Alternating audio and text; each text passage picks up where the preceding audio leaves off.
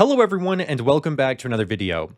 In today's video, I want to share why I am continuing to add to my Mercado Libre position and why I decided not to buy C Limited, because in a previous video, I was looking into this one and I want to update you with the things that I found and ultimately again why I decided not to pull the trigger on that one. Then we are going to look through Oracle's recent earnings report because the stock is down something like 14% on the day, and it seems like this is causing fears across the entire AI space. Then lastly, we're going to wrap up the video by taking a look at a Michael Burry interview that he recently did, which was the first interview that he's done in over a decade. And in this interview, he explained his reasoning for shorting Palantir stock and what he thinks about the overall market today. I thought it was interesting, so I want to share the highlights with you as well. So with that being said, let's hop right into the video. And the first thing that I want to do is explain why I did not buy C Limited. So if we head over to Stock Unlock, I am currently comparing the revenue of Mercado Libre versus C Limited. And the reason that I am doing this is because these two businesses are very similar. C Limited actually has exposure to the Brazilian e-commerce market, but it is still mostly an Asian company, and it operates mainly in Southeast Asia. But the business models of these two businesses are very similar, and that's why I want to compare them. So if we take a look here, we can see that Mercado Libre's revenue has compounded by roughly 54% annually since the beginning of 2019, whereas C Limited has grown by roughly 59%. So C Limited's revenue growth is slightly higher than Mercado Libre's. However, if we take a look at the shares outstanding of these two businesses, we can see that Mercado Libre has grown its shares by roughly 1.5% per year, whereas C Limited has grown by 8.8%. So there is a significant amount more dilution going on over at C Limited, and this is mostly due to a lot more stock-based compensation going on at that business. And personally, I do not like to see such high dilution, especially when Mercado Libre's is so much lower. And what this ultimately led to is if we go to the revenue per share of these two businesses, we can see that over the same time frame, Mercado Libre has grown its revenue per share by 51.5% annually, whereas C Limited has grown by 46% annually. Now, don't get me wrong, 46% revenue per share growth is still fantastic. There are not a lot of businesses in the market growing this quickly. But when I compare it to Mercado Libre, I do see that this business is actually growing faster on a per share basis. And overall, I think that Mercado Libre is executing at a higher level, and I just like this business a lot more. I have much more conviction and confidence in it. I am also someone who does not want to have a lot of stocks in my portfolio, so I don't necessarily see the reason to add C Limited when I could just continue to add to Mercado Libre. And that is ultimately why I decided not to buy C Limited and just simply continue adding to my Mercado Libre position instead. Now, while we're on the topic of Mercado Libre, I want to show you some recent news that has been coming out with this business, and ultimately why I have continued to put more money into the stock while it is in a dip. So the first piece of news comes from Fernando Yunes on LinkedIn, where he said, November 11th, the biggest sales day in our history of Mercado Libre. This week, we registered a new all-time high. Sales on November 11th surpassed Black Friday of 2024, becoming the biggest sales day in our history. A milestone that reflects the strength of our ecosystem, consumer confidence, and the accelerated pace of digitalization of retail in Brazil. With a 56% growth in marketplace accesses in just one day, November 11th showed the power of our millions of sellers, brands, and buyers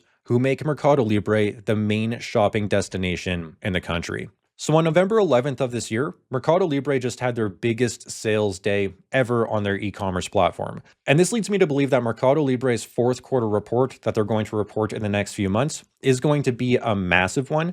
And we could potentially see some more revenue acceleration, which is kind of crazy because the business saw 39% revenue growth in the third quarter. This next screenshot that I want to share comes from X, and I have a couple of underlined sentences that I want to read. So the first one says, our own market share in e-commerce has tripled since 2014. It has doubled since the pandemic, but we are still very, very small when you compare our sales in the country with the total retail sales. And we are very confident that we can successfully compete against the different players in Brazil in the exact same way that we've been competing with many of them over the last 26 years. Now, the reason that I want to share this screenshot is because there's been a lot of bearish takes coming out with Mercado Libre, especially while the stock has been down, that Competition in Brazil specifically is continuing to rise. And this is a negative thing because Brazil is Mercado Libre's largest market today. So, with increased competition, people are thinking that they're going to lose their competitive advantage, they're going to lose market share, and overall margins are going to compress. But I think that it's important to zoom out. And when you do, you can see that Mercado Libre has tripled its market share in Brazil since 2014, and it has doubled its market share since the pandemic in 2020. Mercado Libre is also continuing to grow its e-commerce sales in Brazil at a much faster rate than the overall e-commerce market is growing, which ultimately means that Mercado Libre is continuing to take market share even to this day, and they are successfully competing against their competitors. And as someone who has been in this stock for quite some time now, I notice a recurring theme where whenever Mercado Libre makes some investments into the business and sacrifices short-term margins for long-term accelerated growth and strengthening the business's competitive advantage, analysts freak out. And then they say, oh, well, Mercado Libre is suffering from increased competition, and that is why the margins are going down. But investing back into the business and increasing its competitive strengths is something that it has been doing for over 2 decades. And when you go and research the business's history, it's very clear that every time they have done this, it has worked out. And this is why Mercado Libre reminds me of Amazon, because historically, whenever Amazon would make investments, the market would freak out as well. So I don't know if it's just simply not enough people know the story about Mercado Libre yet, since it is still a relatively small company to the major tech companies in the United States. But I think that as the business continues to grow, perform, and prove the naysayers wrong, which it has done over the past 20 years, then the stock will continue to perform very well. Moving on to the next chart that I want to show, this one is Latin America's e-commerce growth versus different markets around the world. And we can clearly see that Latin America is projected to grow e-commerce sales the fastest out of all of the other major economies. And I think that this is bullish for Mercado Libre because they have the #1 market share for e-commerce sales across Latin America. And it just grew its e-commerce revenue 33% year over year in the most recent quarter. And this once again means that Mercado Libre is continuing to take market share because its sales are growing much faster than the overall market that it operates in. Moving on to the next screenshot, this one shows us the overall offline, online, and total retail sales in Latin America and the outlook for these sales. And we can see that in 2023, the online retail sales were 133 billion. And by 2028, they are projected to grow to 228 billion, which is a total growth of 71%. We can also see that the online sales are projected to make up a larger portion of the total retail sales. And I think that this will be a trend that continues over the long term. This next screenshot shows us the retail media ad spending market share in Latin America by company from 2021 to 2026. And in this chart, we can see that Mercado Libre is projected to have a 53% market share in 2026, and since 2021, they have maintained over 50% market share. This is at the same time as Amazon has been losing market share. So Mercado Libre is successfully defending its market share, and this is another massive market that is rapidly growing. Latin America's digital advertising market was worth $37.5 billion in 2024, and by 2030, it is projected to grow by roughly 150% to $93.5 billion. So this is another market that is growing extremely rapidly, and Mercado Libre has a dominant position in. Moving on, let's talk about Argentina now, which is Mercado Libre's third largest market. Well, on November 25th, it was reported that Argentina's economic activity grew 5% year on year in September of 2025, accelerating from the 2.5% rise in the prior month and well above the market expectations of 2.1%. This ultimately means that Argentina's economy is growing faster than expected, and 5% year-over-year growth to GDP is very strong. Now, why this is a good thing for Mercado Libre is because Mercado Libre is widely considered the fintech leader in Argentina. More than 60% of Argentine adults already use Mercado Pago for payments. Mercado Libre provides a complete suite of solutions, including digital payments, credit cards, and investment services to the country. And for many small and medium-sized businesses in the country, Mercado Pago is the first and main source of credit. So as Argentina's economy continues to grow, it will naturally be a good thing for Mercado Libre as well. If we head back over to Stock Unlock, we can see that Mercado Libre has generated $5.66 billion in trailing 12 months revenue from Argentina. And since 2020, its Argentina revenue has compounded by 48%. Now, lastly, let's just take a quick look at Mercado Libre's overall revenue. And what I want to do is turn on the percent change here And we can see that in the most recent quarters, Mercado Libre's revenue has been re-accelerating. Now, if we zoom in, what I found really interesting is Mercado Libre is currently growing faster than it was when it was producing roughly $1 billion in revenue back in 2018. So Mercado Libre has been able to accelerate its revenue growth rates at scale. This is a business doing $26 billion in revenue in the trailing 12 months now and still maintaining roughly 40% year-over-year growth rates.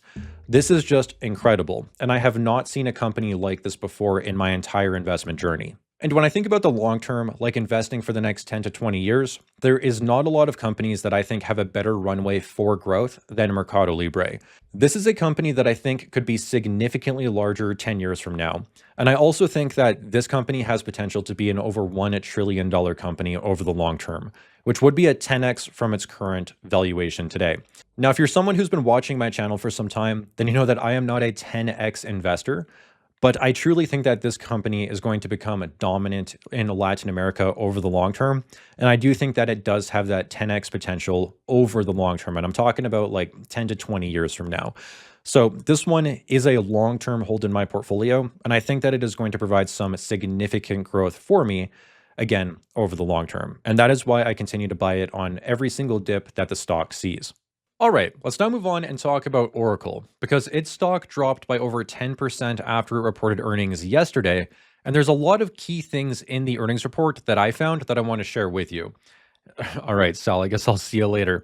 So let's hop into the earnings report, and as always, I took screenshots of the things that I want to share. So right away, we can see that Oracle's Q2 remaining performance obligations are now sitting at $523 billion, up 438% year over year. This is a crazy amount of remaining performance obligations. And what's interesting is last quarter, Oracle reported a massive boost to its RPOs, and the stock rallied 40% the next day. Now it reported another $60+ billion of additional remaining performance obligations, and the stock fell. So it seems like increasing the remaining performance obligations is no longer a bullish thing, and the market is now scrutinizing this metric. Or in other words, the market doesn't really seem to believe in this $500 billion worth of RPOs.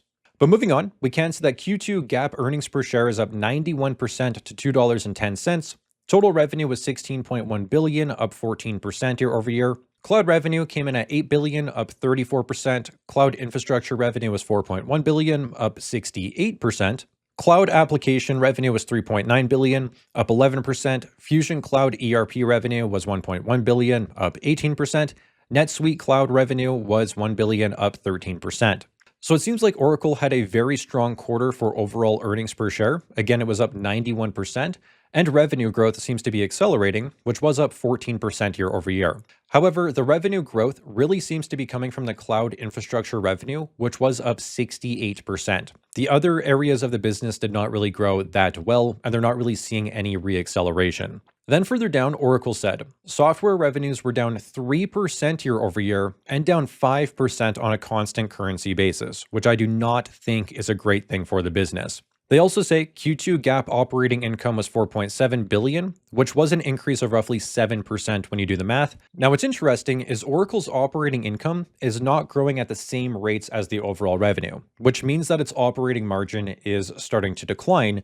And I think that this is because Oracle's cloud infrastructure revenue is growing at a faster rate than the overall business, which ultimately means that the cloud infrastructure revenue is becoming a larger and larger portion of the overall revenue. The cloud infrastructure revenue, in my opinion, is probably not going to be very profitable for Oracle, because this is them essentially building data centers and leasing out the data centers or renting them out. And as I have said on my channel before, I just don't think that this business model is highly profitable. I don't think that there is a large competitive advantage there, and I don't see how it's very differentiated from a company like Iron or NBIS. So ultimately, I think that the overall profit margins of Oracle's business are going to continue declining as this business segment continues growing into a larger portion of the overall business. Moving on to the next screenshot, though, this one says remaining performance obligations increased by $68 billion in the second quarter, up 15% sequentially to $523 billion, highlighted by new commitments from Meta, NVIDIA, and others. Now, what's interesting is Oracle does not mention OpenAI in this earnings report, whereas in the last report, they were very clearly shouting from the rooftops that they had a large amount of remaining performance obligations from OpenAI. And when they announced that, again, the stock was up 40% the next day. So it seems like over the past 3 months, the perspective on OpenAI has shifted, and people are no longer bullish whenever you mention that, hey, we're working with OpenAI. And I would actually argue that it's the opposite now, where when you mention that you have a business with OpenAI, people view it with a level of skepticism. And this is because OpenAI's business, over the past few months, it's become clear that they are struggling to compete against Google, and it seems like the business may never actually achieve profitability. That raises questions about, okay, well, if you have $300 billion worth of remaining performance obligations from OpenAI over the next 5 years, well, what happens if they run out of money in 2 years and then they can no longer raise more money? What happens to your remaining performance obligations? And does that actually become revenues and cash flows for your business? And these are the questions that I see the market is starting to ask. And I think it's a good thing. But heading back to our screenshot, this says, our GAAP and non-GAAP earnings per share were both positively impacted by a $2.7 billion pre-tax gain in the sale of Oracle's interest in our Ampere chip company. Oracle sold Ampere because we no longer think it is strategic for us to continue designing, manufacturing, and using our own chips in our cloud data centers. We are now committed to a policy of chip neutrality, where we work closely with all the CPUs and GPU suppliers.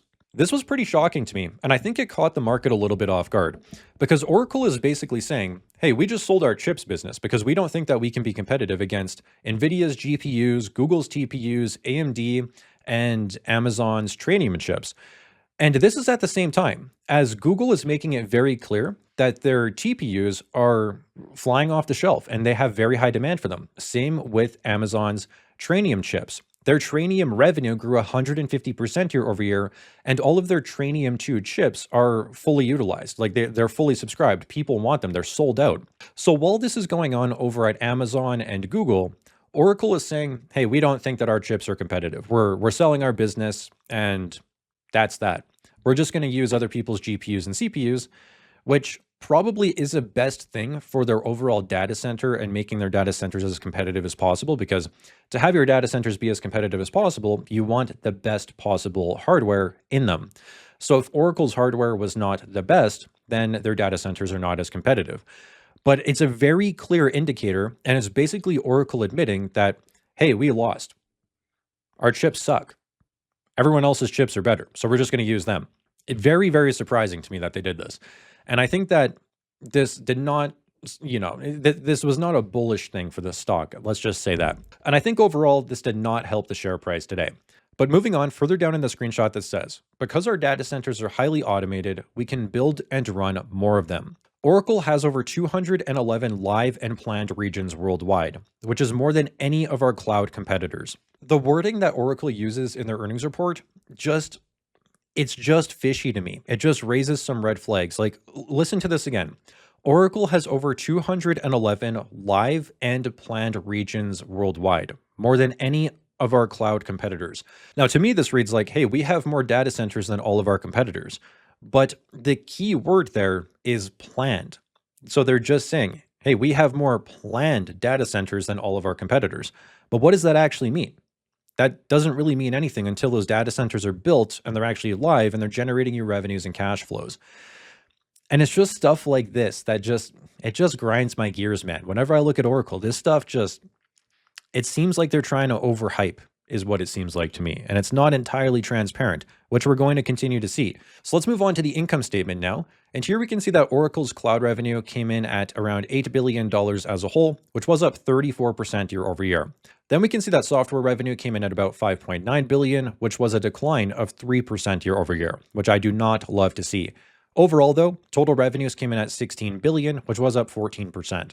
But now let's take a look at the operating expenses. And here we can see that cloud and software operating expenses grew by 45% year over year, which was significantly more than the revenue growth rates to both of these business segments, which ultimately means that the expenses are growing faster than the revenues, and therefore the margins of these businesses are declining. We can also see that hardware expenses grew by 25% versus 7% revenue growth, which once again means that the hardware margins are declining. Overall, total operating expenses grew by 15% year over year, which is more than the revenue, which once again means that operating margins did decline. We can then see that interest expenses are up 22%, which does suggest that Oracle is borrowing a lot more money on a year over year basis.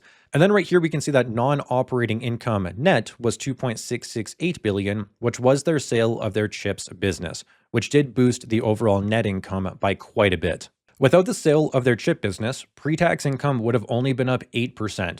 And we can see that the shares outstanding increased by 2% year over year, which would have led to the earnings per share being roughly $1.18, which would be up 6 to 7% year over year, which is clearly not the same rate as the revenue growth. Oracle also does some weird things on this income statement. For example, in their revenue segment, they break down their cloud and software into single line items. But then in their operating expenses, they bucket these two segments together. Now, I've thought about this, and there's only one reason why Oracle would do this, and it's because they do not want people to see how much their cloud operating expenses are growing. I mean, think about it. Why would Oracle break down these two business segments' revenues with all of their other business segments' revenues, but then bucket them together for operating expenses? So I personally think that Oracle is trying to hide how much their cloud operating expenses are growing, especially with their cloud infrastructure revenue. So now let's head over to the cash flow statement. And here we can see that depreciation so far in 2025 for Oracle is just over $3 billion versus $1.7 billion last year. So Oracle's depreciation expenses are up something like 80% year over year. Moving down the cash flow statement though, we can see that operating cash flow year to date is 10.2 billion versus 8.7 billion last year. So operating cash flow is up roughly 1.5 billion year over year. Moving on to capital expenditures, they are $20.5 billion so far in 2025, which means that Oracle is officially free cash flow negative in this year, and they have lost $10.3 billion of free cash flow. Now, last year, they did actually produce $2.5 billion in free cash flow, but they are significantly ramping up their capital expenditures, and that is causing them to produce negative free cash flow. So then my question is, where is the company's money coming from? And down here, we can see that they did some dilution of 1.3 billion. So they raised some money by selling stock. Then they also raised $18 billion of debt so far year to date.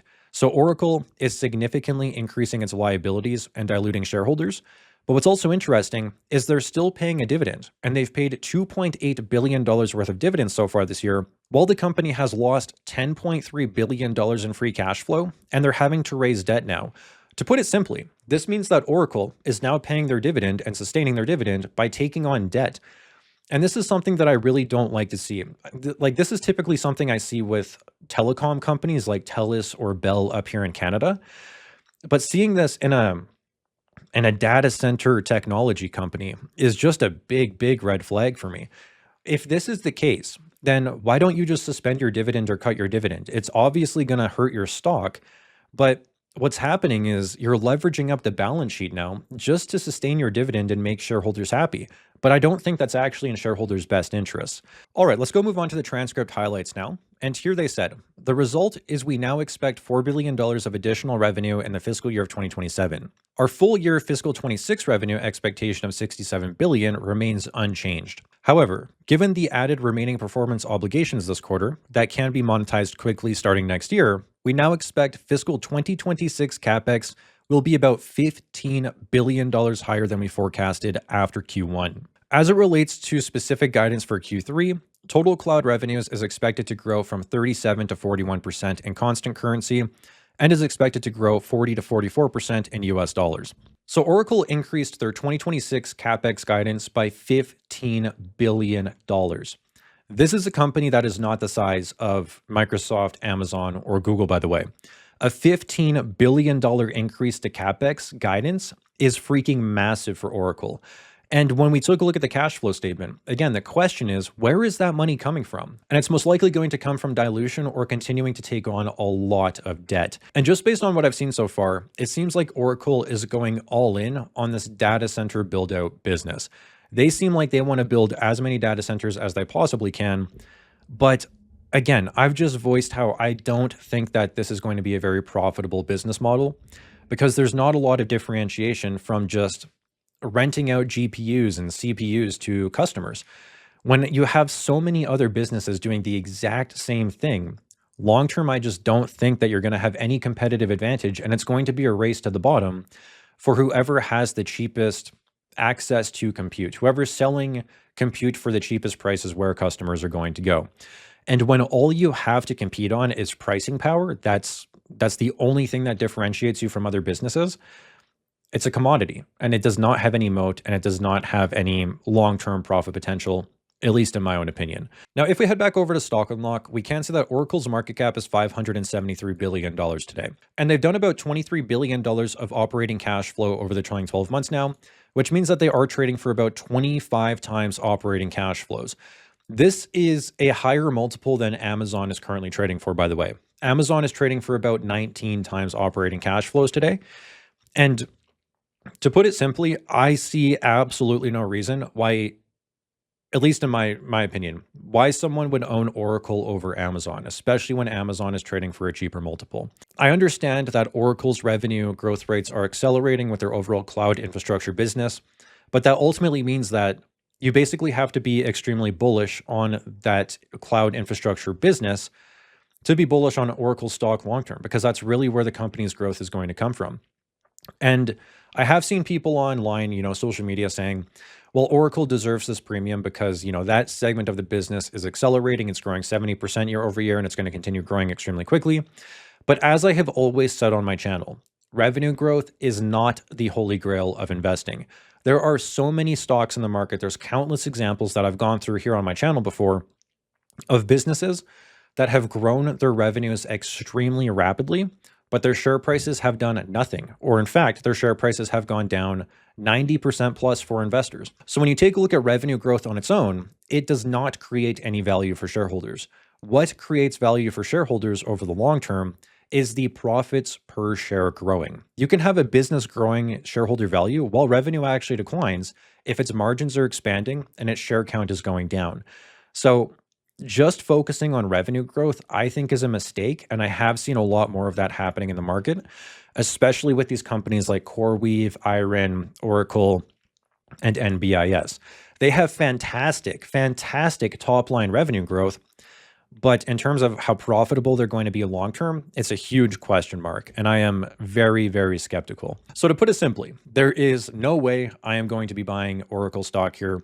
While the stock is more expensive than Amazon, while I am very skeptical of its future cash flows, while it's leveraging up its balance sheet to build out data centers, when I think this business has no moat and Amazon has a much better moat. That's pretty much what it comes down to. So those are my thoughts on Oracle, and I do think the stock does deserve to be down 10% on the day today. All right, let's now wrap up this video by quickly going through the interview that Michael Burry did, where he explains why he is shorting Palantir and also his views on NVIDIA. I'm going to play the clip, and then we will discuss it afterwards. So let's take a listen. I want to understand your trade. It's a bet that Palantir goes way, way down. Way, way down in 2 years. What do you understand about their business that the market doesn't? So my belief is that this is a company that had a set of applications that were very expensive to install because you had to hire their consultants, like after you bought the software, just to install it and learn it, right? And Palantir had this reputation in government. Government contracts is a nasty business, and I think they've figured out how to do it and get some contracts. How much of their revenue is government contracts? It's fallen off a lot. It was a majority, and now it's like more even. Okay. Because during the AI build out, they basically marketed themselves to corporations. Well, corporations have come to them. C-suites of every public corporation have board members, CEOs, who feel under the gun to AI something. Yeah. And so there's this scramble. And now they're not the only one. They keep saying they're the only ones, but IBM does basically the same thing. Their business is actually bigger than Palantir's, and they are not really all government. Government contracts are not generally that profitable. And so, IBM's got a really good business inside it, but it doesn't get the credit for a Palantir valuation on that business, even though it is growing fast too. It's growing about as fast as Palantir, or was. And so... Okay, Let's stop right there because there's already a few things that Michael Burry is saying about Palantir. And by the way, I don't own Palantir stock. I believe that I am an objective view. I have no skin in this game. But what he's saying is Palantir was mostly a government contracting business, which it was. The majority of its revenue was from government before. But he's saying that it was not a highly profitable business. Like government contracts are not that profitable. Then he's also saying that IBM has the same business and it's growing faster. So if we head over to IBM here, we can take a look at its software revenues. And IBM has been compounding its software revenues by roughly 20% per year since 2021. If we zoom in to just the past couple of years, it's been compounding by about 13.3%. It is doing about $9.6 billion in revenue, so their software revenue is larger than Palantir, but it's definitely not growing near the same rates, and it's also not really accelerating like Palantir's business is. Now, if we head over to Palantir, we can take a look at their government and commercial revenue on a side-by-side basis, and we can actually see that the business is still doing more government revenue, but the government revenue is growing by 32% annually, which is very good, and it's clearly accelerating. And if we take a look at Palantir's gross margin, this thing has always had a gross margin around or above 80%, which is very good. Its free cash flow margins have been expanding as well, and they're sitting at 46% in the trailing 12 months. So Palantir has always, in my opinion, been a very profitable business, and it's always had very high profit potential. And also comparing it to IBM, I think is just overall not really a wise move. So already I don't really agree with what Michael Burry is saying here, but let's continue on. Let me put it this way. There are, I think, 5 billionaires that came out of Palantir because they own Palantir stock. And the revenue was 4 billion or less, basically 4 billion. So the billionaires to revenue ratio was greater than 1. And I'd never seen that before. Was that what attracted your attention in the first place? Well, that's a cute little thing. Yeah, cute. I was like, wow, how did they get 5 billionaires out of that group?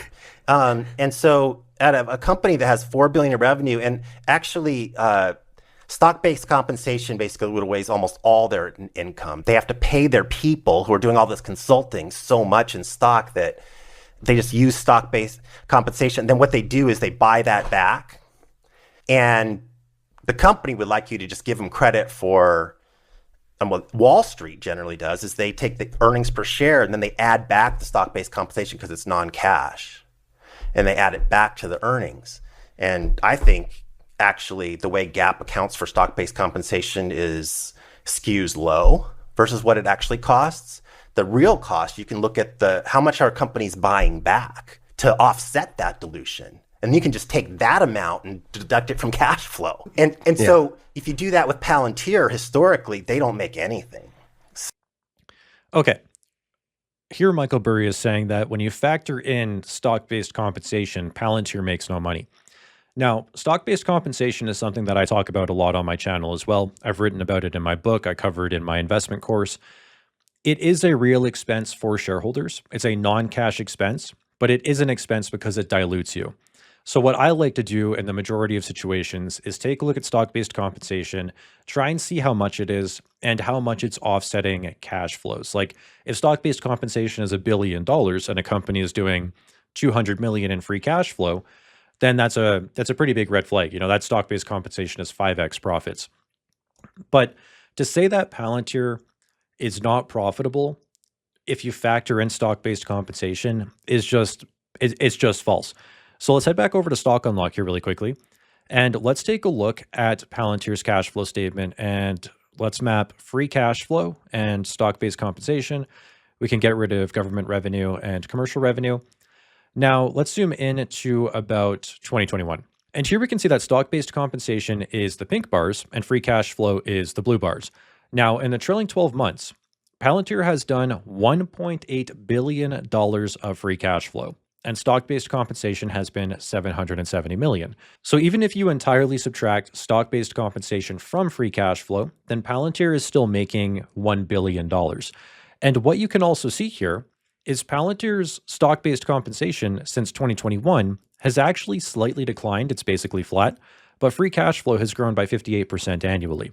This is what I see for a lot of businesses, especially the ones that are just becoming profitable and producing free cash flow, is the free cash flow will grow, but stock-based compensation will come down or level out, which ultimately means that stock-based compensation becomes a less and less relevant metric over time. Because imagine if Palantir doubles its free cash flow again to 3.6 billion and stock-based compensation stays around $800 million. Well, then it's actually, what would that be, like 25-ish percent, maybe 20% of free cash flow? So to say that Palantir's business is unprofitable if you factor out free cash flow is just mathematically incorrect. The data does not back up that statement, not even close. And you can probably already start to see that when you start to listen to Michael Burry talk about his investment thesis, it he sounds like just any other typical person on X that you'll just like see randomly posting. Like, I don't think he should have done this interview. I really don't think this is going to help his reputation. But let's continue on. Basically looked at the company and said, you're worth this much and you really don't make anything if it's a tiny little bit of revenue and you have all these billionaires. You had an argument back in 2008 for when the subprime mortgage bond market was going to start to unravel, when people are going to start to default. Do you have a timing argument for now with Palantir? Well, I think this is the AI consulting thing. So Palantir and NVIDIA are the two luckiest companies on the planet. Neither produced a product for AI. No, I know. But they're the two poster children for AI. Yes. NVIDIA was a good computer graphics chip company. NVIDIA was a computer graphics chip. I actually knew the CFO. We talked.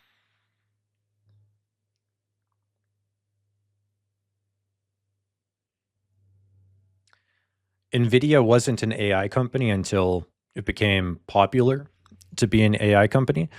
I'm not invested in NVIDIA, okay? I've made that clear. I don't own NVIDIA stock. But even myself, I know that NVIDIA has been an artificial intelligence company for almost a decade now.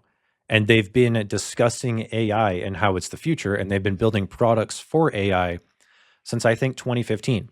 So I did a very quick Gemini search to find quotes from NVIDIA's CEO, Jensen, on when he first started talking about artificial intelligence and the products that NVIDIA was making and at what periods, specifically for AI.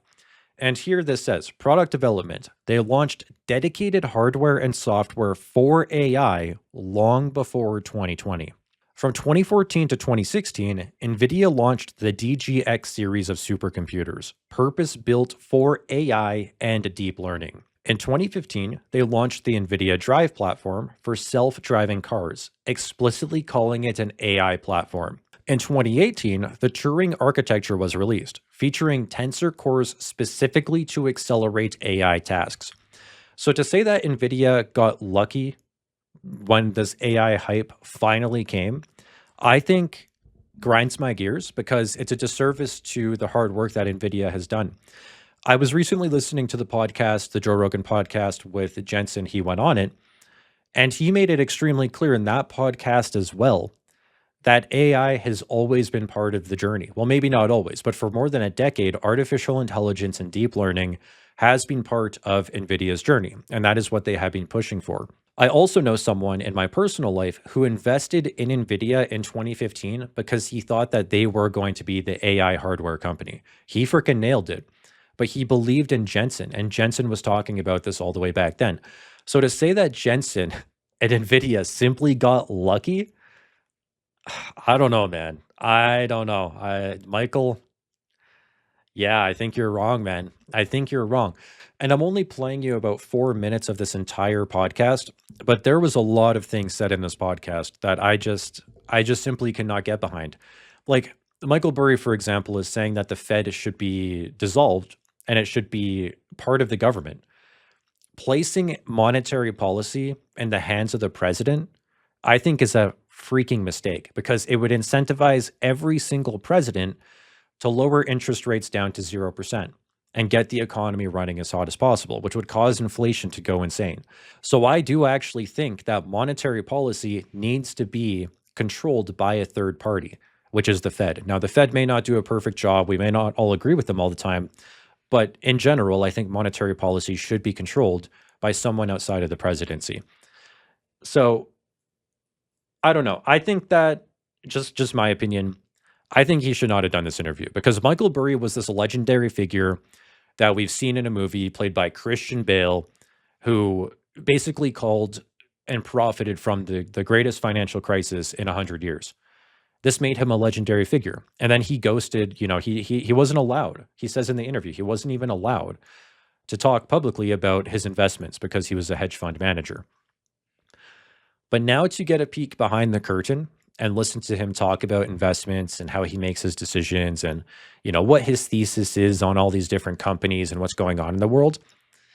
For me, it's like, it's made my respect, you could say, I guess, for Michael Burry drop significantly. And it's made my weighting of his opinions basically go down to zero. Like, I struggled to see, especially after this interview, why people would listen to him necessarily.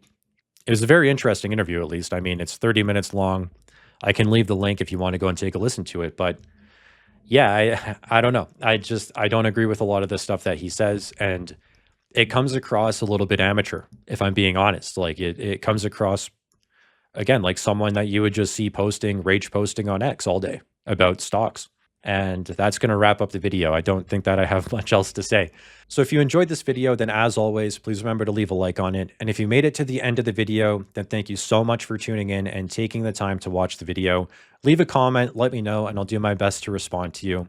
As always, I truly appreciate you tuning in, and I hope to see you again in my next video.